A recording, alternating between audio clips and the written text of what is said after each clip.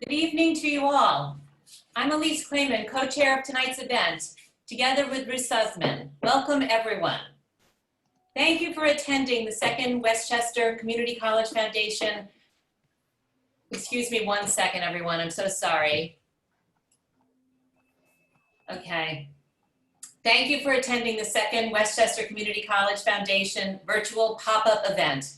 We especially appreciate your gathering with us during this period when students need our support more than ever. While we've all faced challenges during this global pandemic, many of our WCC students have been stretched to the limit as they have dealt with dramatic reductions in income, food insecurity, trouble making the rent, and then often as classes moved to remote learning, problems getting the necessary digital access. Through its emergency fund, the foundation has tried to help students solve these pressing problems so that they're able to continue their education. Thank you all again for making WCC a priority during this stressful, strange time. Before we get started, just a few logistics. During our presentation, you may have questions, and we invite you to submit them by typing in the Q&A at the bottom of your screen. We will get to as many of them as possible. If you have a technical issue, please type tech in the chat and a WCC staff person will reach out to help you. At the end of our event, at about 7:15, we will unmute everyone, and those who want to stay on for a bit are invited to hang around for some informal sipping and socializing. And just so you know, as usual, we will record the tasting and share the link in case you have to step away. And now, I will turn the mic over to my awesome co-chair, Ruth Sussman, for just a little more stage setting. Ruth? Thank you, Elise. I just wanted to take a moment now to acknowledge all the people who made tonight possible, starting with our awesome Celebrity Salon and Great Chefs committees. These volunteer leaders normally help us coordinate WCC's Spring Celebrity Salon series and the Fall Great Chef series, but in light of the pandemic, we've had to cancel both series and join forces with these two committees to create a sort of virtual mashup by pulling elements from each of the series to create something like a greatest hits. And we're putting together a series of pop-ups. This is our second one. We look forward to resuming in-person events as soon as we can. But in the meantime, please keep an eye on your inbox for our next pop-up events. There's two more on the calendar right now.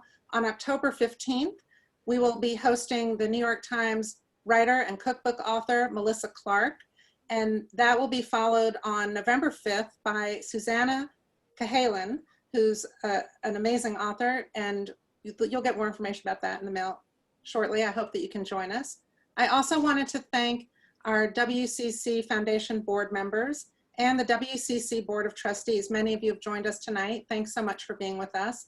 Dr. Belinda Miles, she's the president of WCC. Hi, Dr. Miles, thanks for joining us. And we have a number of sponsors for tonight's event. These sponsors help us ensure that all the funds raised here go directly to help our students through scholarships, and also the proceeds from tonight's event will also go toward helping our on-campus food pantry. I hope you'll join me in thanking DeChico & Sons. They are longtime supporters of WCC. John and Marie are here with us tonight. Wine Enthusiast has been a very enthusiastic sponsor of WCC and also provided some gifts in your packages. So thank you for joining us, Sybil and Adam.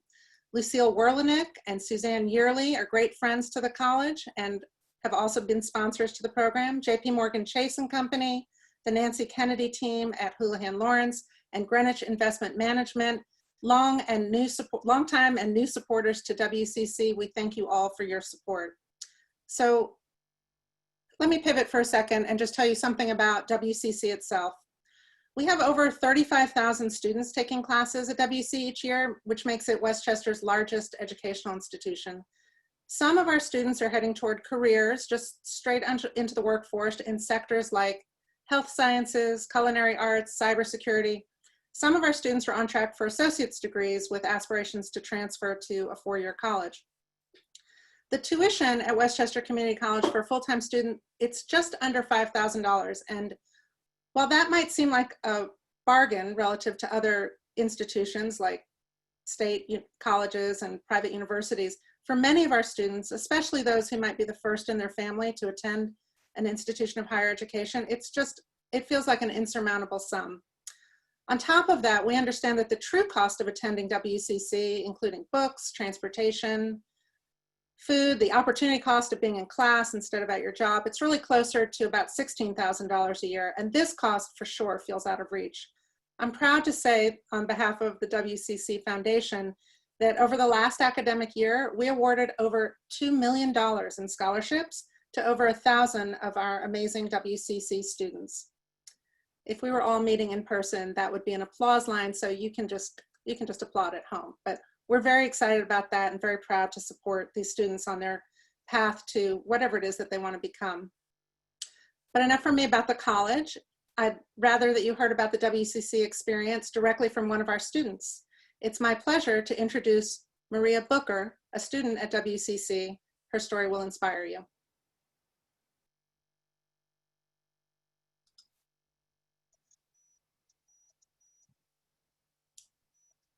Hi, Maria. Hi, thank you. Good evening, everyone. First and foremost, thank you for attending the Pints Pies event that raises money for scholarships for their advancing ambitions and goals for Westchester Community College students. My name is Maria Booker. I am a recipient of the Catherine W. Davis Scholarship, the most prestigious scholarship at WCC based off of academic achievement. Its main focus is the collaboration on service projects through community service. Once I have concluded my studies at WCC in spring of 2021 and acquired my associate degree in culinary arts and hospitality management, I plan to transfer to sunny Delhi to continue my education, acquiring a degree in event planning, as well as enter into the workforce in the field of event planning or a similar field that correlates with my major. I was introduced to WCC by a friend that attended the college and informed me of the benefits of the academic and career benefits. As I researched WCC, there were a number of items that stood out to me. However, WCC's acceptance and commitment to diversity of international students was the deciding factor. Attending WCC and receiving the Catherine Davis Scholarship has pushed me to be a better version of myself by contributing to the community, leaving a positive impact and making a difference. It has allowed me to be an example to others, demonstrating that you can be from another country with English being your second language. If you desire an education, you can acquire it. If you work diligently to achieve academic excellence, you can receive a prestigious scholarship. Westchester Community College has been a major stepping stone for my education and professional career. It has awakened me to my potential, knowing that persistence, fortitude, and opportunity, you can be successful and placed on the path to your goals. Thank you for your attention.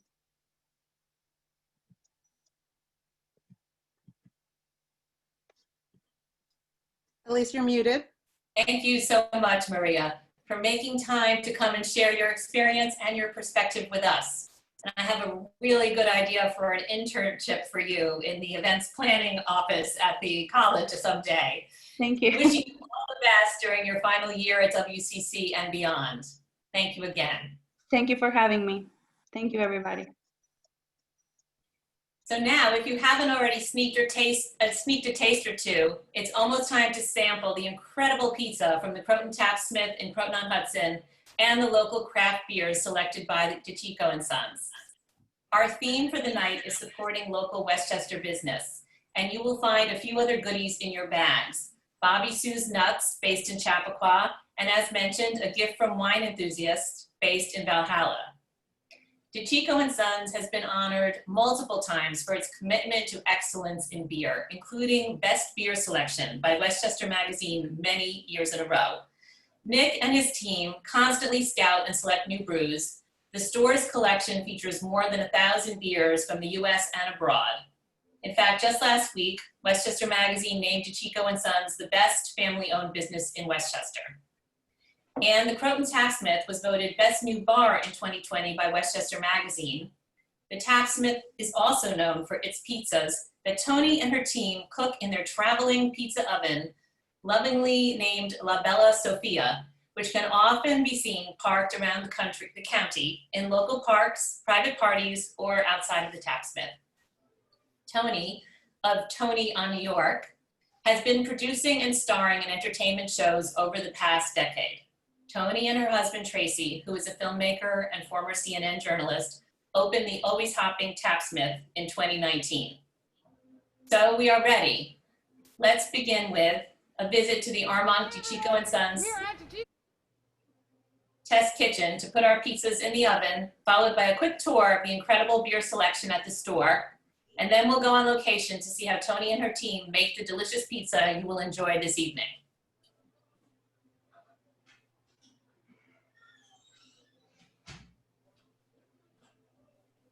Hey everyone, we are at DiCicco's with Nick. Hey everyone, we are at DiCicco's with Nick.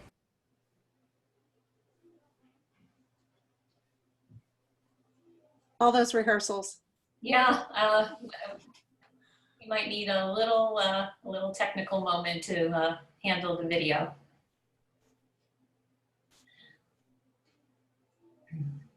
Well, in the meantime, you can tap open one of your beers.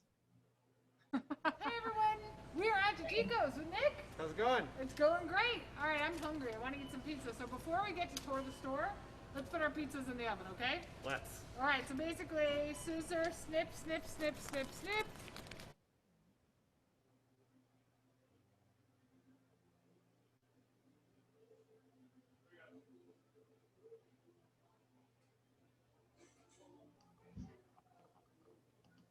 How's it going? It's going great. All right, I'm hungry. I want to eat some pizza. So before we get to tour the store, Not working? we are at DiCicco's with Nick. How's it going?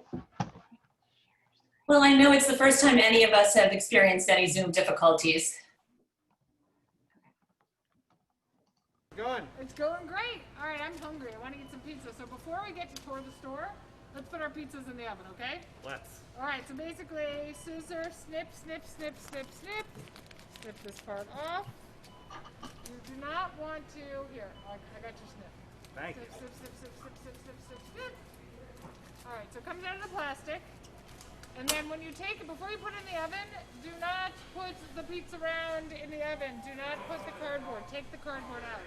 Like Cardboard so. out. Cardboard out. All right, back it up. Back it up. Back it up. Into the oven we go. Just right onto the rack. Right onto the rack. Boom, boom, boom. All right. Now 6 minutes later, we're going to take the pizza out of the oven. All right. All right. Now in the meantime, I love DiCicco's. I know DiCicco's, but I want a tour of the store. You got it. You ready? Let's do it. Let's go. All right, Nick, for people who do not know about DiCicco's, tell us what this place is all about. So DiCicco and Sons is a family-owned grocery store. Been around since 1973, serving the whole Hudson Valley. We currently have 8 stores, soon to be 9. Nice. And we have all sorts of groceries you could ever imagine, from high-end to your everyday items. Now, this store was started by like an immigrant family, right? This is Yep. like the true American dream. John and Joe DiCicco, their sons are now running the business, and we've come a long way. All right, you guys, when it comes to beer, you guys are legit. You have a lot of beer. Kind of our thing. We have over 1,000 beers in pretty much all of our stores. Down in the aisle, we have cans, we have 6-packs, we have 4-packs. Everyone wants cans these days, so regardless of what you want, we have single cans for you, we have 4-packs, we have 12-packs. We have a little something for everyone. And every beer you're going to feature today, we can find here. Every beer paired with our pizza today is available at DiCicco and Son stores. All right, now when you come upstairs, it gets a little fancier. It does indeed. Right? This is our bottle room in Armonk. As you can see, we have a number of high-end bottles here. Very special stuff, because beer, like wine or any other spirits, is really a special type of alcohol, and a lot of care and time goes into making these. All right, so you have local stuff and you have foreign stuff. We do indeed. Imports, domestic, we got it all. Some of our favorite local friends, Captain Lawrence, Grimm, Finback, Barrier. We've got a little bit of everything. And then for the imports, we've got your lambics. We've got your classic German ales. We've got your UK pub ales. You name it, we got it. You name it, we got it. Now, what goes into making one of these super special beers? like I said, time, care, effort. A lot of these take as many as 3 years to make, and some of them can last as long as 30 years before opening. All right, so you didn't do air, so it's the sand. You know, what goes better than beer and pizza? Really good beer and really good pizza.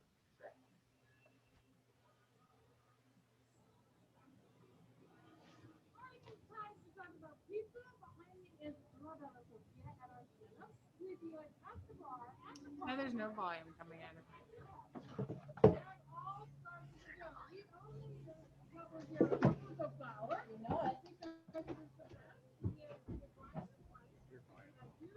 No, it's not my volume. Somebody just took it.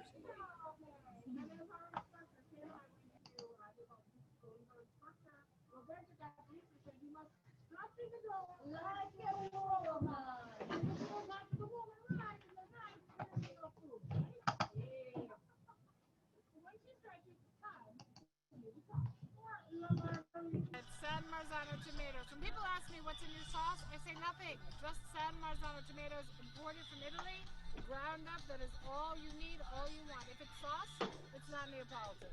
Then the mozzarella goes on. You can do semi-low moisture or you can do full moisture. That's up to you.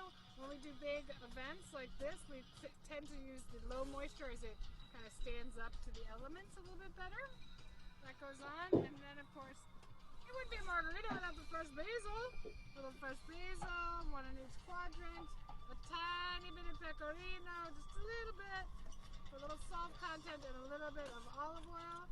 And then you hand it over to the baker. All right, then it goes to Jeannie, who bakes the pies here in the Bella Sofia. Here you go, girl. 90 seconds. 90 Boom. seconds.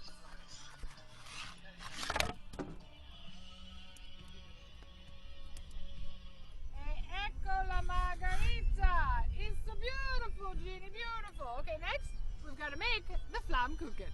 All right, for this Alsatian recipe, we start with a little shredded mozzarella, like this. We take the maple onion jam that I make. It's delicious with Vidalia onions, a little maple syrup. And then we take the bacon. Yes, the bacon. Bacon goes on top, right like this. And then the secret ingredient, everything bagel spice. Kind of kicks it up a notch. It goes on top. And again, off to Jeannie to bake. All right, Flammkuchen, which literally means flame cake, and that's where Jeannie comes in. No cake without flames. No cake without flames. Here we go.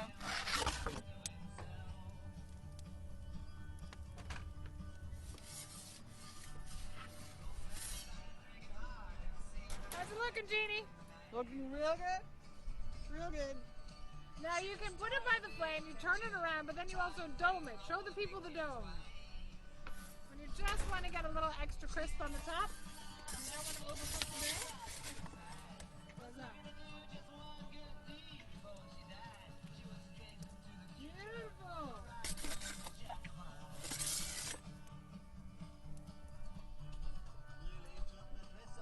Beautiful. 90 seconds later, the crust cornicione, as we say, puffs up a little bit, gets slightly charred. Same thing with on the margarita. Now guys, I think it's about time to take your pizzas out of your ovens at home. It's time to get this party started. Thank you so much, Tony. You heard her, or maybe you didn't. I don't know. We had a little technical difficulty there. Thank you for your patience. It's time to get the party started. So it's time now to get your pizzas out of the oven, if you haven't done that already, and to get your beers out of the fridge. My trusty partner here, Andrew, is following along and really enjoying the pizzas, making all sorts of good comments. And as you follow along at home, maybe if you'd like, take a selfie or two and show us how you're rocking your flight of pizzas, your flight of beers and that heavenly pizza. And my colleague from WCC is going to drop some hashtags in the chat so we can share the fun. I know some of my friends are already texting me pictures of what they're doing while they're hanging out at home. So thanks for that. I'm thrilled now to introduce Tony Senecal and Tracy Shea from the Croton Tapsmith and Nick Holtzman from Armand DeChico and Sons. They're going to talk to us a little bit about how to pair our beers and our pizza. Cheers. Cheers. Hey Hey guys, we are here at the Tacksmith, and so if it gets a little noisy and crazy, it's because we're actually at our bar. My husband's helping someone right now, but he'll be here in a minute. But anyway, in the interim, I have my pizzas here, right here below me, and I know we have Nick on the line too, who's going to talk about pizzas, a classic margarita. If you guys couldn't hear me on the video, it's basically the Caputo 00 flour, which has a very low gluten. Is what happens is the protein that naturally occurs when you take the starch out of flour. So like a cake flour has very low gluten because it's not stretchy at all. It's basically the elasticity. And like a crunchy, pulley piece of bread might have like 25%. The 00 flour that we use, made by Caputo, my favorite brand, is about 12.5. So you still get the chew and the pull, but it's not too much and it's not too little. It's just perfect. Because if, as we know, or we may not know, Neapolitan pizza is all about the crust. And when I think the stretching part of our audio kind of went out, but when you stretch the dough for a Neapolitan pizza, basically you never want to touch what we call the cornicione, which is the crust, so that you can get that aeration, because the dough rises twice, so it's full of air, and that's what gives you that beautiful cornicione or crust. All right, so the classic margarita has San Marzano tomatoes. People ask what's in your sauce. I say nothing is in my sauce, just beautiful imported San Marzano tomatoes. You have to see the little time flag on the can. Just drain them slightly and then grind them and you're good to go. The mozzarella can either be low moisture or it can be fresh mozzarella. We tend to use low moisture because the fresh mozzarella, when we're outside, I mean, even though we have it cooled, it doesn't stand up to the elements as well. But either way, good. And then it also has to have basil. As we know, it was named, it was a pizza made in honor of Queen Margherita. They wanted to make a pizza that represented the Italian flag. So the white's the cheese, the green's the basil, and the red is the tomato. So starting with, oh, there he is, my husband. That's Hey, Tracy. everybody. Tracy's on camera now. Beers. Beers, yes, thank God somebody has the beers. So I do the pizza, he does the beer curation at our bar. And the kind of philosophy behind that is that we only put on draft beers you can get within a 3-mile radius of a 3-hour drive of where you are right now. So anyway, so Nick knows Hi. about beer. Mr. Chico's is all about the beer. So Nick, what are we pairing today with the pizza margarita, the queen? So our first pairing with the margarita pizza is going to be the Captain Lawrence Lager. Captain Lawrence, good friends of ours, right over in Elmsford, New York. They've been around the Hudson Valley for a long time. There you go. So the great thing about, there you go, perfect shot. So the great thing about this beer is it's super versatile. A classic pizza like a margarita calls for a classic lager. Very easy drinking, very nice, delicate balance of flavors. Gonna pour a pale straw color, very crisp, very clean, very easily balanced and paired. And similar to the margarita, you're gonna get those intertwining flavors that just go beautifully together. All right, so everybody should crack them open, right? You should have done that a long time ago. What's everyone waiting for? I know, I'm going to say some people might have been pre-gaming during the video. I'm hoping. Well, so. they got enough beers for that. I would hope so. Where's that dummy light? I need one of those. Here we go. Thank you. My husband is actually pouring my beer for me because he's that kind of guy. What a He's gentleman. pouring for himself and he's opening me another one. Oh, I'm going to eat the pizza anyway while I'm waiting for the beer. If anybody has any questions, just, feel free to pop in. Here we go. All right, this is mine. Oh, you just took it away from me again.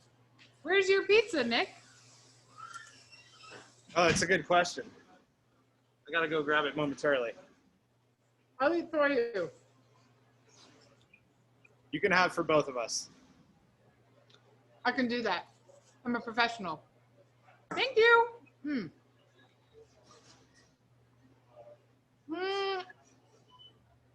I understand. I understand where you're coming from. Works. All right, It what is- works. what is beer number 2? Okay, so this is a lager. What's the next beer? So our next beer is Newburgh Cream Ale. As you can tell from Newburgh Brewery in Newburgh, New York. They've been around for quite a while. Another great friend of ours. And the thing I love about this beer is how it bridges the gap between ale and lager. Lagers are always going to be lighter bodied beers, typically more easy drinking, a little thinner in body.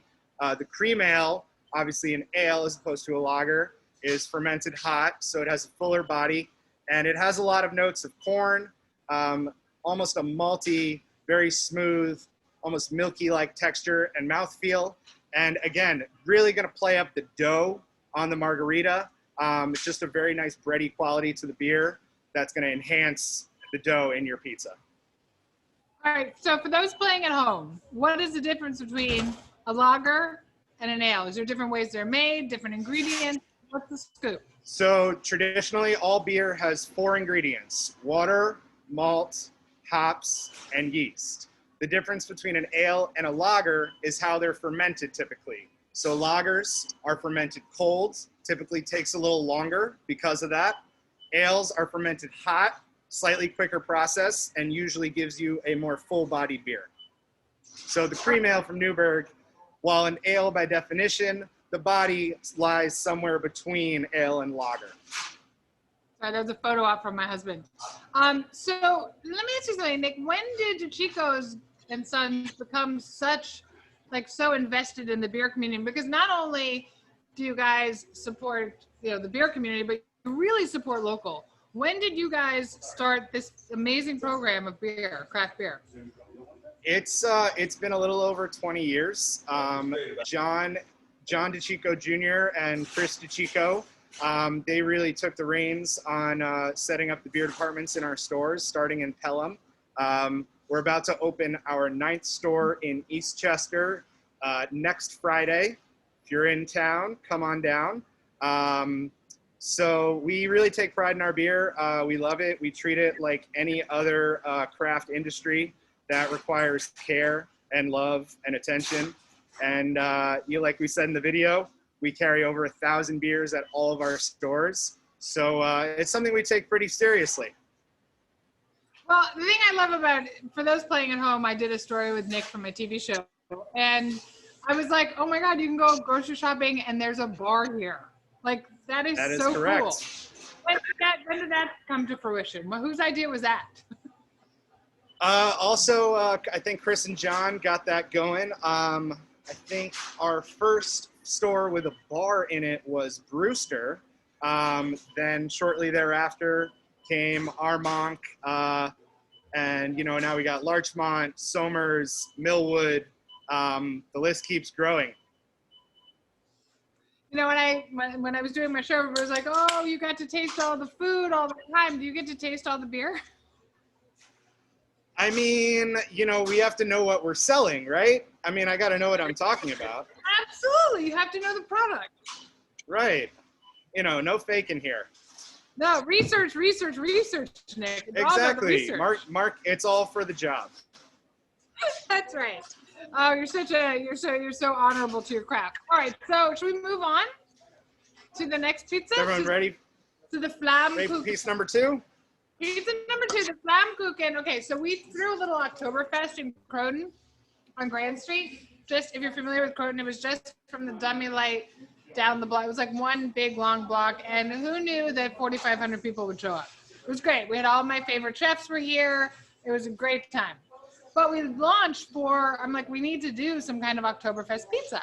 And so there's a traditional recipe called the Flammkuchen, which was like, basically, pizza, the origin of pizza is that it was used as a baker's tool. They'd throw a piece of dough in the oven to see if it was to temperature. Then the Italians started putting a little tomato on it, but the Alsatians would put their local ingredients. They did a little creme fraiche, a little caramelized onions, and they would do a little bacon. So I'm like, we need to do this, but we need to, as I'm always looking for, like the riff on this. So that's when, instead of the caramelized onions, which can be like messy and hard to handle, like when you're walking around at a festival, I decided to make it into kind of a jam with a little bit of maple syrup, because maple syrup and bacon is like a match made in heaven.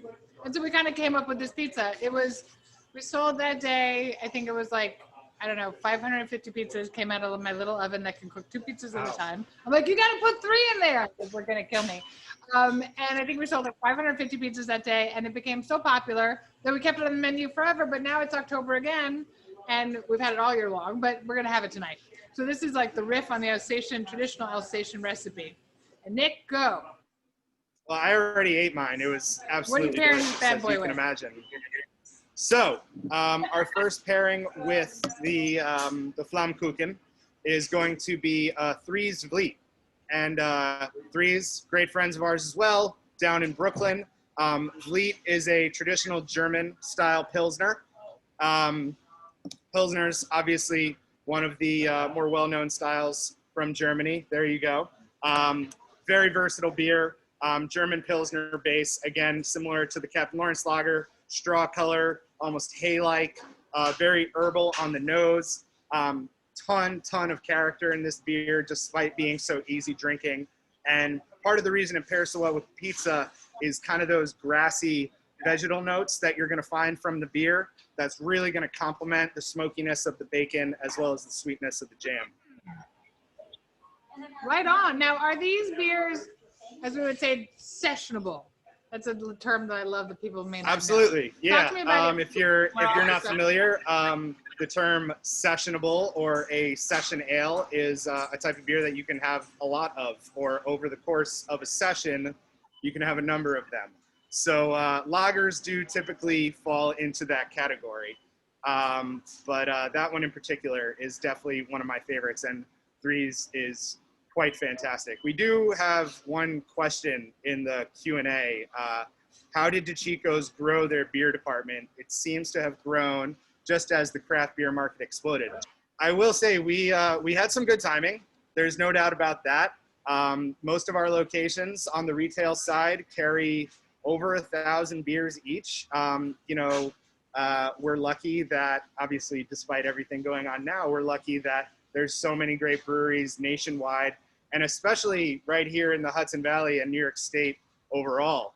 And we're friends with a lot of those breweries, and we've known them for a long time. So this is a relationship-based industry in a lot of ways, and that's allowed us to kind of cultivate this culture within our stores, where we have people coming in on a regular basis looking for every new beer we're getting every week. And oftentimes that's as many as 20 plus new beers each week. And we work with a number of distributors who do right by us, and we get some great beer on our shelves. And you guys take it to the next level though, because like other breweries, you have started doing collaborations. DeChico's and Sons is doing collaborations with breweries, which is so cool. Tell me a little bit about that. Yeah, so similar to your Dummy Light with Naptown. So we've done a number of collaborations with, like I said, we're friends with a lot of these breweries. So we like to, hang out with them at their brewery and make some beer. And more often than not, that doesn't require a lot from us on the physical side of things as far as pouring bags into a boil. We usually, give them an idea of what we want to make and what we want to sell. And then we usually just sit around drinking with them for a few hours, which is always a good time as well. But again, like I said, it's a relationship-based industry. You got to be friendly with these guys. But most recently, actually, most of our stores just received it today. Our newest collaboration with Newberg, who had that cream ale we just had, DeChico Boss. Their newest IPA, they're calling it a retro IPA, kind of an East meets West sort of thing. But you can find it at your nearest DeChico and Sons. Very cool. I love it. Now I got to tell you, like having been a broadcast journalist for many years and having covered so many of the breweries here, all the people that make beer, all the people that sell beer, all the people in the beer industry are just so chill. Like, it's a great group of people. I mean, like, there are no stressed out. I mean, sure, you got to make your numbers, especially when you expand and stuff like that. But everyone's just like making beer and doing their thing, and everybody gets along. Everybody gets along, even though they're competitors. It's a very tight-knit community, so kudos to that. Yeah, you're absolutely right. Like I said, very relationship-based. We have a lot of friends who are also retailers, and yeah, they're our competition, but we're still happy to have a beer with them at the end of the day. Right, exactly. All right, so what's the second beer we're doing with the Flammkuchen? So our final beer and pizza pairing here with the Flammkuchen is Industrial Arts Power Tools. So Industrial Arts, our best-selling brewery company-wide. Good friends of ours over in Rockland County in Garnerville, right near Blauvelt, where that Nap Time beer is made by you guys, right? The Dummy Light Lager. So Power Tools is Industrial Arts West Coast style IPA. Now, the difference between West and East Coast style IPAs is that traditional West Coast style IPAs are more malty, more bitter, slightly fuller bodied like that. Whereas Northeast or East Coast style IPAs are typically unfiltered in appearance, very hazy, very low bitterness, very citrusy, juicy, and very fruit forward. So the thing about Power Tools that's going to go so well with the Flammkuchen is the bitterness that you're going to get from the hops, the herbal quality, the earthy quality, and that malty backbone are really going to complement the sweetness from the jam and the cheese on the pizza. So please enjoy this final pairing. And for those playing at home, if you ever had Flower Power from Ithaca, Chief, who owns this brewery and is the brewer, was responsible for that. It's just a little young man starting out in the world of brewing. So Yeah, cheers to Chief. Chief Jeff O'Neill, so the owner of Industrial Arts, former brewer not only at Ithaca Brewery, but also at our local Peekskill Brewery. So he's been in the industry in New York for a long time. He did a beer at Peekskill years ago called Rosemary's Baby. That was it. Was it, Trace? It was like a Rosemary Pilsner, right? Yeah. Or was it Saison? I don't remember. I think it was a Rosemary Saison, and it was like so good, and I was so mad whenever I'd go there because they didn't have it year round. But anyway, his beers are amazing. We have him on tap all the time and in cans. I mean, you can't keep Industrial Arts in the house. It goes. Absolutely. It's our best-selling brewery for a reason. Yes, exactly. And as you mentioned, the folks over at Naptime, they did a little collab with us. Because we started out like taking my relationship with Chef and doing like food collabs. So we would have like, you know, John Pratt would make his rillettes and Davari would do this. Like we had all of our friends kind of making our menu for us because I'm not a chef. We just kind of curated it. So we thought we would take the next step and curate the beer. And that's what we did with Andrea Petito, one of the only female-owned breweries. It's in Blauvelt. We have the can of this, called Naptime. Anyway, all good stuff. Tony, you're jumping ahead of me. I jump back in. Thank you guys so much. The questions are. Wait, I'm supposed to say hi to David, Loie, and Emily. I didn't realize they were on the call. Dave, what's up? Another tough day. Drinking beer and eating pizza. You're just not here. You're at home this time. Okay. Anyway, So, Ruth, continue.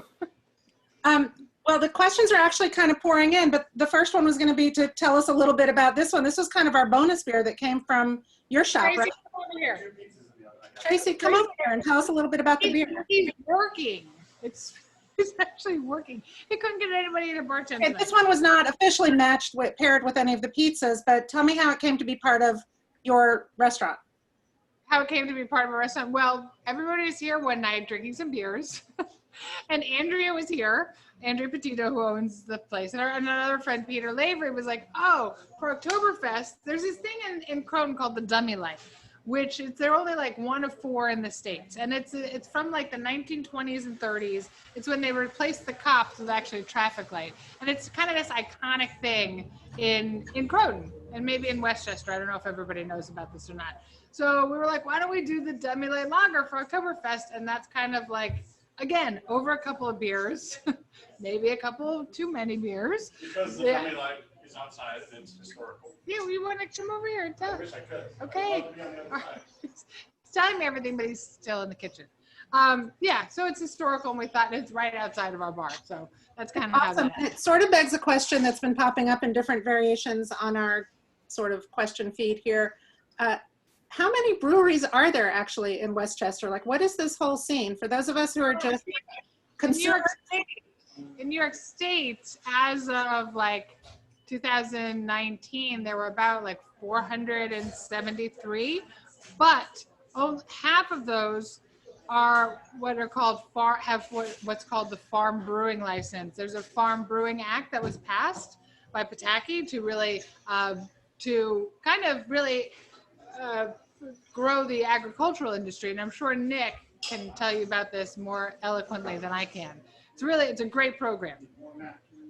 Basically, what it allowed for was for new businesses, new breweries especially, who use all New York State ingredients to get significant tax breaks. And as a result, they're allowed to, achieve some greater margins early on in their company's infancies. And eventually, we're gonna, as the market grows, the state is eventually going to require a higher percentage of ingredients be used exclusively from in-state. Now, the plus side of that is the fact that New York, which was once the hop capital of the country, our hops have come along a really far way in the past couple cycles and generations. So now you're seeing hops being grown here more recently as a result of this bill that's allowing for better hops to be grown, meaning that they're hops that breweries want to use and use in their beer, and therefore furthering this bill. And the cool thing too is if you have a farm brewery license and you have like a tasting room, in that tasting room you can also sell locally produced small batch liquors, like all the local spirits that are coming out. You can actually serve those in your tasting room along with your beer, which is kind of cool. So for those of us who are trying to eat locally and do a little bit more farm to table, this really fits in with that, doesn't it? Yeah, totally. Definitely. Well, we're getting a lot of questions that are very particular to each of your businesses. One is about DeChico's. How do you decide how to allocate the shelf space at DeChico's, especially for the beers that are less well known, and who gets the best spots? Are cans really taking over bottles? Is that what's happening there? Yeah. And also, someone asked quite specifically if you carry La Chouffe? La Chouffe? Yes, we do. Oh, certainly. There you go. So cans have 100% taken over the industry. I would say probably close to 50% of our fridge space in our aisle is dedicated to not just cans in general, but 4-pack 16-ounce cans like the ones you received for the pairing. So for whatever reason, specifically in the Northeast is where that format took off, and now you're seeing it all over the country. And because we have so many beers, we also have a massive single section where, because we're getting in so many new beers every week, and granted, not all of them are super affordable. Like, you get what you pay for with a lot of these beers, and a lot of our customers who know what they're getting, they're willing to pay a little extra. But in some cases, if a 4-pack might be a little too expensive, we have these singles out. So when we get 20 plus new beers a week, you can get one of each and try them all. So it kind of provides the opportunity for people to expand their palate a little more, refine what they really like, figure out what new stuff is up their alley or not. But as far as deciding what I ordered for the shelves, amongst our 8 stores, there's certainly a percentage that we all carry across the board, whether, through one of our distributors, they might give us the best deal on this, or, certain things we know are going to sell regardless that we want to have because things are in demand. But other than that, it actually varies quite a bit from store to store because each of our individual beer department managers are doing the ordering for their individual departments. So if we have certain customers that all want certain styles, we're going to order accordingly. Whereas it's not just we're ordering, across the board the same stuff at every store, regardless of who wants what. So we try to pinpoint specifically what our customers in each location are looking for and accommodate them to the best of our abilities. Nick, we also, we know that some of these beers have really funny names, and I have to say, here in our beer tasting situation, I no longer know which beer goes with which pizza, but we're really enjoying it. Someone wants to know, what's your favorite name for an IPA? Because some of them are pretty funny. Wow, that's a really good question. I wish I had a great answer off the top of my head. Okay, so what's your favorite name for an IPA? I mean, Juice Bomb from Sloop is a great one. It's very apropos. It is a very juicy IPA, and one of our best sellers at that. You have any, Tracy or Tony? He was saying Hop Tones from Fifth Hammer. That's a solid one. Fifth Solid. Hammer also had one called Aggro Crag, for those of you that might remember Nickelodeon's Guts. What else? Wait, Tracy, can you give me the growler can? There's also a few questions about the design of the beer cans. That seems to be a really big part of the whole experience. Can you say a little something You know, about that? absolutely. When you have as many beers on the shelf as we do, you have to stand out. So, you know, the first thing people see is the label. So regardless of what your liquid on the inside tastes like, it has to pop on the shelves, especially when you have so many available to you. I can of the Tony on bomb. But if anyone wants to, go ahead, Tony. Oh, I was just saying, we did, when you're talking about design, we did a collaboration with my TV show and Sloop, and they called it Tony on There you bomb. go. Like, thought it looked like the bracket looked like something else. I don't know if you can see that or not. Tony, you've got your beer. Why is it Tony on F-bomb? I'm like, it's not F-bomb, it's a bracket. Anyway, so yeah, but the labels, the artists, a lot of these breweries have in-store graphic artists. I mean, they don't just like farm out their art. The people that We have a nomination from one of our attendees for Arrogant Bastard Ale. Oh, that's a good one. Not an IPA, but a great name. We're going to hop over to pizza questions now, Tony. Are you ready? Ready? You don't have to answer this one right now, but a couple of people have asked for the recipe for your maple onion jam. Would you be willing to share that later and we can send it out to folks? Yeah, I'll share. Send it out to folks. And then the other question was, how exactly did you learn how to make pizza? Ha! That's a funny story. All right, so when you work in television, you have the summer off, essentially, right? So one summer, my friend Sam, who's a Latin teacher in Chappaqua, she loves pizza, I love pizza. We love this guy named Roberto Caporuscio, who owns a restaurant called Keste. He's kind of known as like the maestro of the Neapolitan pizza movement in New York. So he opened up another Keste in Lower Manhattan on Fulton Street, where the restaurant is cool because it's like a big rectangular. In the center, there's a school which has like a big marble slab with like 9 ovens, and there's classroom seating so they can do tours and they do private lessons.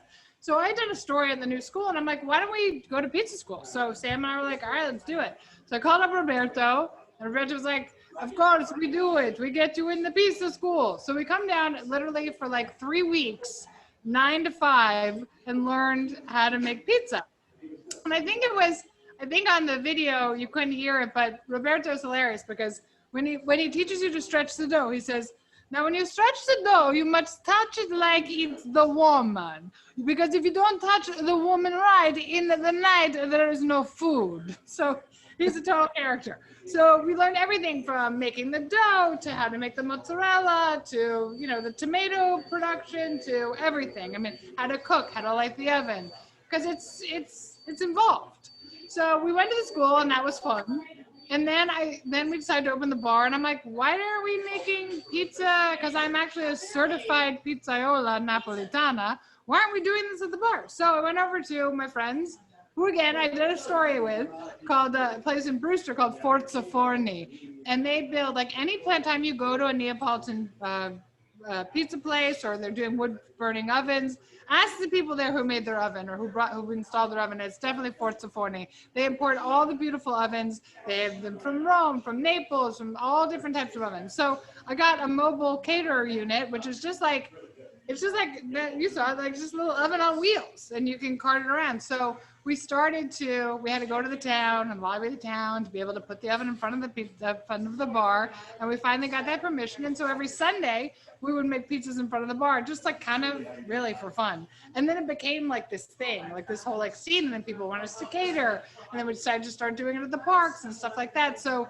it kind of like blew up. Nobody thought the little pizza oven that would become this kind of thing. So I actually you can go to his school. Well, now I think it's closed, but when they reopen, it's a great experience because not only can you go to Keste and become like a certified pizzaiola or pizzaiolo, as the boys would be called, But you can take, like, you can do it like with your kids, or you could do like an afternoon, or you could do a couple of days, or you could do it as a, you know, one of those corporate feel-good events, like with your colleagues. And it's great because who doesn't like love pizza? I don't know. My poor staff, like, they're like, we can't eat normal pizza anymore. I'm like, because this is the best pizza, in Tony, my opinion. it's pretty good pizza. Thank you. Some people say that, well, some of the pizza places in New York swear that some of the success of New York pizza comes from the water. Is that a thing? Do you think that really matters? That's more bagels. It's more of a bagel thing. Okay, we'll take that over to our next The- program on bagels. The Neapolitan pizza comes from the 00 flour. The Italians, they grade their flour. There's tipo uno, type 1, tipo 0, type 0, and 00, which is what we use. The 00 is more finely milled, so it really allows for the aeration. And people always ask me, like, oh, are there like vegetarians will ask, is there egg in the pizza? I'm like, no, there's no egg in the dough. It's just yeast, Caputo flour, water, maybe a little bit of olive oil, a little bit of salt. That's it. Don't ever put sugar near my pizza, near my tomatoes, or my dough. Write that down. Don't get sugar near her pizza. Okay, we're flipping back to you, Nick. We've got some beer questions. So there's a whole bunch of kind of more technical beer questions, but there's one question that popped up that I really liked that says, I don't even really know what I want in a beer. How do I figure it out? Like, what's the whole landscape of beer? That's a great question, and one we come across quite a bit because people come into our aisle and they see all the beers we have, and you know, they might only know the beers that they see commercials for, or that they, you know, see in you know, a dive bar or a chain restaurant or something like that. Yeah, I mean, I think, you know, like with wine or spirits, you kind of want to figure out what flavor profile you're looking for. And one of the, I love helping people figure that out. You know, whether you're taking the type of spirits you like or the type of wine you like, or cocktails or what have you, or even with your food and non-alcoholic drinks, if there are certain flavor profiles that appeal to you, there is some beer that is going to fit that description. Granted, we rotate through a lot, so we don't always have everything, but more often than not, we can find a beer that is going to fit what you're looking for. It's kind of hard to start recommending them off randomly because the options are just so endless.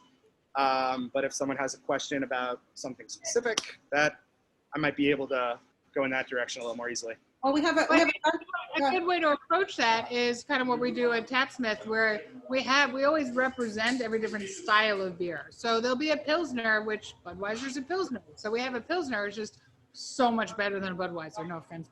You know what I mean? So we have on the list, right, Trace? We'll have on the list representations of all different styles of beer, just the better versions, right? Yeah, I mean, quite frankly, they're all the same style. Beers are all the same. It then becomes, what are the quality and ingredients you put in? How long does it take to make it? How, you know, the TLC that I think Nick talked about, the care and loving, you know, Budweiser's mass produced, so they're cranking that stuff out. And so it's just the lowest common denominator thing you can get. But some of these beers, they take so long to make, or they take such ingredients that cost enough money that they can't make enough. So they make little tiny quantities of it, and that drives the price up. And so craft beer ends up being more expensive than a Budweiser or a Miller or a Michelob. But if you taste them side by side, you can really tell the difference. Well, tonight we certainly can. If anyone's still working on their 5 beers, and a few of our guests have double, yeah, I think we're all working on it. Quite a few of our guests ordered double, so there are quite a lot of people watching tonight who have 10 beers that they're working on. So, Nick, this question. My kind of people. Nice. So they've got 4 pizzas to hold that together, so Yeah. it's a good night. Don't ever say we didn't show you a good time at Westchester Community College Foundation. Nick, some questions are coming in that are a little more specific, like what makes a beer bitter? What makes a beer dark? What makes the alcohol content higher? What sort of fluctuates that? Sweetness, all of those sort of flavor profiles. Yeah, to get into each of those individually, bitterness typically comes from the hops that are being used. Sweetness, as well as alcohol, is going to come from the yeast and the refining sugars. So the more, yeast is more relative to the amount of water used. So to get your alcohol up, often you'll add more refining sugars. So as it ferments, the alcohol increases. Often depending on the style, sometimes in perpetuity. Was there another one I missed in there? Sweetness, we got that from the sugars. We got our alcohol from our yeast. We got our bitterness from our hops. Good, I think we've covered it. We covered it all, Ruth? Cool, all right. To brewing. We have a question about storing beers. How long do they last if they're refrigerated? Like, how bad is it really to take it out of the refrigerator and put it back in? I'm glad I can address this. This is actually one of our most common misconceptions. Total old wives' tale that if you take refrigerated beer out of the refrigerator and put it back into a refrigerator later, that it will spoil. That is 100% false. The only thing that matters for most beer is sunlight. So you don't want to leave it outside in the sun or in direct light for an extended period of time. But again, if you have cans, they're solid. There's no light getting through. Actually, to get back to one of the previous ones we were talking about, cans versus bottles, part of the reason cans are so beneficial, one, no light gets in, much lighter weight, easier to ship, holds for a longer period of time because of the seal that you're getting on the can, and are better for the environment. So there's a long list of benefits to why cans have become so popular. And then if we get it out of our cans and we're pouring it into a glass, which obviously we haven't bothered to do here tonight, does glassware really matter when you're pouring a beer? The way that people consider? There are certainly certain beers that, certain glasses are designed for. A Pilsner glass is typically longer and skinnier, but I'll be honest, when I'm drinking beer at home, I'm often drinking out of a can because it's going to stay colder longer. Especially if it's a beer that that's not a sessionable beer, that I'm not slamming back, that I want to take my time with. And then there's some beers, with a stout or something darker that you want to have at a higher temperature anyway, somewhere in the low 50s, that you might want to either not refrigerate as long before opening it, or if it's really cold in your refrigerator, pour it out and let it warm up a little. Often with darker beers, that's going to release more of the aromas anyway. We got one last shout out on beers here, and then we're going to flip back to you, Tony, for some pizza questions. We have a late arrival vote for a good name for a beer is the Catskill Brewery's Devil's Path, with thanks to Elisa for that one. So I think that we're all going to be going up to DeChico's now and looking at the crazy names and crazy cans in the aisles. Tony, the questions we've got a number of them. The questions that are popping up for you are mostly about making pizza at home. So if we're not lucky enough to be at Croton Tapsmith or to have one of your awesome pizzas in our freezer to pop into the oven, what's the secret? Can we really make something at home? What does it matter what kind of oil we use or what kind of yeast we use? What's the secret to a crispy crust? That's like 10 questions altogether. When I do it at home, I do it in a cast iron pan in the oven, obviously. So I'll take my dough, which is, like I said, 00. Here's what I do. Okay, if I'm making something at home and I'm using like King Arthur or whatever, do your yeast, get your little yeast going with your water, get your flour in there, a little bit of salt. And then if you need it to rise, or it's gonna be like heavy, bloaty pizza crust, right? Which is, you don't get that from these pizzas because they have so much air in them. What I'll do is if I want to do it fast and it's a nice day out, I'll take that in a metal bowl and I'll put like a rag over it. I'll like let it sit outside for 20 minutes and you'll see it like will triple in size. And if it's not warm outside, I take that same metal bowl with a cover and I put my oven setting on low and I put it in there and then I turn the oven setting off. And within 20 minutes, again, the heat has expanded the dough. For me, the trick about at-home pizza, regardless of what flour you use, is that it can't be like, and I don't say this in a bad way, but it can't be like New York street pizza where it's like hard and really thick crust. And then when you take it in a pan, which I learned this from my friends over at Cole's. If you've ever been to Cole's Pizza, I don't know if you've ever been there, but they have like this really thin pizza. And what they do is they take they take like a cookie sheet that has a rim. They put some olive oil on the bottom, and then they take the dough and they do this and they move it around because then you can stretch it thin, but without it breaking. You don't have to do it with your hands. And that's a really good trick. So I do that usually I have like a really big cast iron pan rather. So I do that in the pan, stretch it out, make it look nice. Again, tomatoes, just crushed San Marzano. Don't get crazy. Don't put any sauce on there. Just plain simple. And then your fresh mozzarella and your basil, and boom, your pizza's done. And then I usually cook that. Well, my pizzas cook in the oven, in our wood-fired oven, for about 90 seconds. That will be a little bit thicker, and I'll probably cook it about 12 minutes. And the aeration is key, letting it rise. And if you don't have the time to let it rise, how to make it rise quickly, because your kids are starving and they're annoying you and they need to eat. Hungry kids are not happy kids. Not my children. My children are perfect, but I hear this from other people, that their children get hungry and want to be fed at night. It's so weird. Yeah, I have some just beyond this door right here. Well, your son was happy I left you with the sopressata pizzas. Yes. Has he been chowing down on the sopressatas? We're all chowing down on pizzas here. Someone pointed out that they think that at the Croton Tapsmith, sometimes you do partnerships with other local restaurants or providers.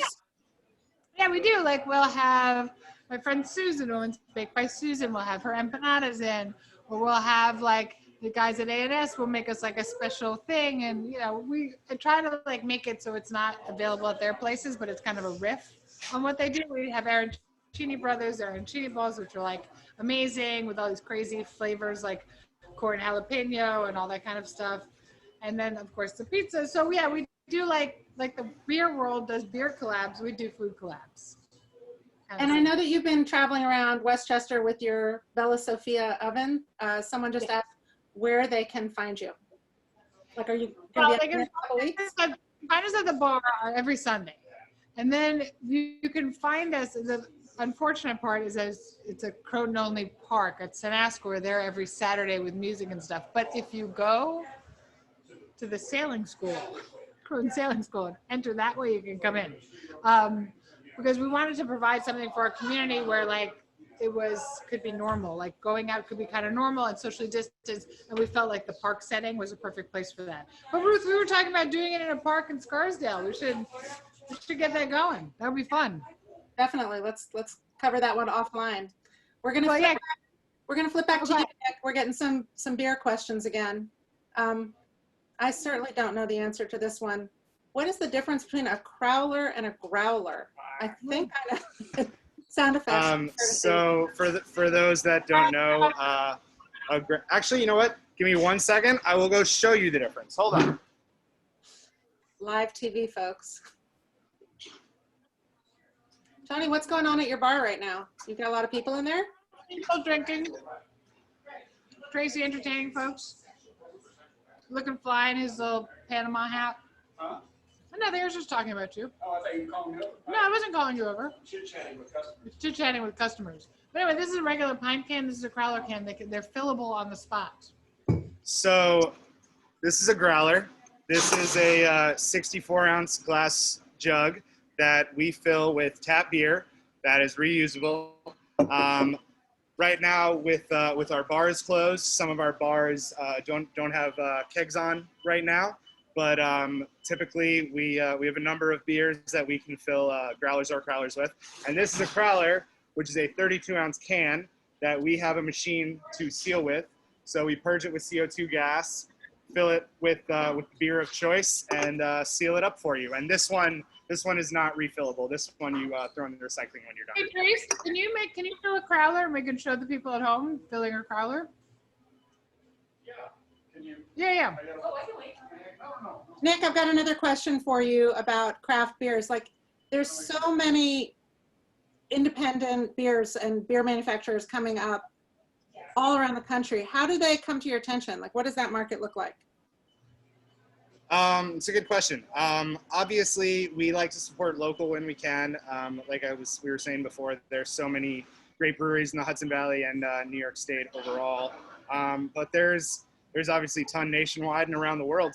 And craft, you know, despite the fact that, you know, imports are probably how a lot of people got started with their beers. The craft beer industry around the world has really taken off as well. So it's not only a US thing anymore, the craft industry. So we got stuff from all over. But as far as how do we choose, we are lucky enough that we're able to go to, or were for quite a while, able to go to some beer festivals all around the country. I've been lucky enough to go over to Europe to do that as well. And there's just, you know, part of the adventure is networking and meeting new people. Like we were saying before, it's a relationship-based industry. So, you know, you party with these people, they want to send you some beer. But especially for those that, you know, either we hear through the grapevine, through customers. Some of our regular customers are nice enough to sometimes, you know, in their travels, they might bring some stuff back with them. Sometimes they're nice enough to bring it in and share with us. So when we have it firsthand and we find out that it's available to us, you know, we're that much more likely to bring it in. Awesome. I think we're wrapping up pretty soon. Let me just tell people what's going to happen next. I've got one more question for you all. Then Elise and I are going to, oh, there's Elise. We're going to thank everyone. And I just wanted to remind you that after we close, we're going to shift over and open up, switch from panelist view here in Zoom land to something more like a Brady Bunch style thing so that we can all visit. And if you have other questions that we didn't get to with Tony and Nick, we'll be able to have a little Zoom cocktail party that way. Here's the last question, sort of going back to something that we talked about earlier with the agriculture policy. This is a little bit more serious. I guess we're trying to string together what our local actions are, where we're eating, where you're sourcing your ingredients from. How does that work its way up through the chain in places like New York State, and what can we do to make it better and easier for our local farmers and all of the local craftspeople who are just part of this economy? We're good. Tony, that's you. I'm sorry, Tracy was talking to me. Can you I'm sorry, so a repeat the little more question. about how we can, what's going on with the local economy and the agriculture policy, sort of the bigger picture in New York State, and then we'll wrap up. Well, I think that, you know, it's more important than ever to support your local farms, to support the businesses that the retailers that use those local farms. I mean, farming has been hit hard, as has, you know, I mean, people have opened up now during COVID, but when you're talking about 50% occupancy or even 30% occupancy, it means that the restaurant will literally have like 4 tables when they used to have, you know, 20 tables because the social distancing. It's not really about occupancy, it's like how far spread you can be. So I think that in terms of supporting all of the restaurants that you know that are farm to table, that's the way to go. I mean, and when instead of going to your grocery store, I mean, the grocery stores are important too, but you know, we shop at Fable Farm. We get our eggs there for the pizza. We always incorporate in our pizzas local ingredients, like when we're talking about vegetables, herbs, pizzas with like fried with eggs cooked in the oven on top. We also do food collaborations with our neighboring restaurants. So we do a pulled pork pizza that we do with the guys across the street. So everybody tries to work in tandem. They make the pork, I make the onions, you know, whatever. So to support the local is so important right now, more so than it was before. And if you have the extra money to be able to shop at your local farms or even get on one of their, you know, one of their programs where you get, you know, you get your produce like quarterly or whatever, that's a great thing to do. They need it. They're struggling. Thank you, Tony. Thank you so much. Thank you, Ruth. Thank you so much, Tony and Nick. That was amazing. I learned so much, and I ate and drank way too much. Good. And to all of our guests for attending. Your support means so much to our students and to the whole WCC community. We hope you've had a great time tonight. And if you're so moved, we hope you'll consider making an additional donation to our WCC Scholarship Fund. One of my colleagues will drop a link in the chat box. Thanks in advance for your additional generosity. And I also want to say a quick word about those colleagues. Sue Mackey, Director of Special Events, Jess Dinero, Director of Annual Giving at WCC. You are both spectacular, and without you, this evening would never have happened. And Ruth, I'll let you take it from there. Thank you, Elise. And thanks again to our panelists and all the people who joined us. I hope that we'll see you on October 15th when Melissa Clark from the New York Times is going to be with us talking about her most recent book, Dinner in French. She'll be sharing tips on how to make the upcoming holiday season special, strange as it might be. And if you have a little time right now, as I mentioned before, you're invited to our Zoom after party. We're going to stay on this link till about 7:30 or so, another 15 minutes. I know some of you may need to jump off. We'll go to Brady Bunch style, and our awesome colleagues, Sue and Jess, are going to help us switch over from webinar to participate.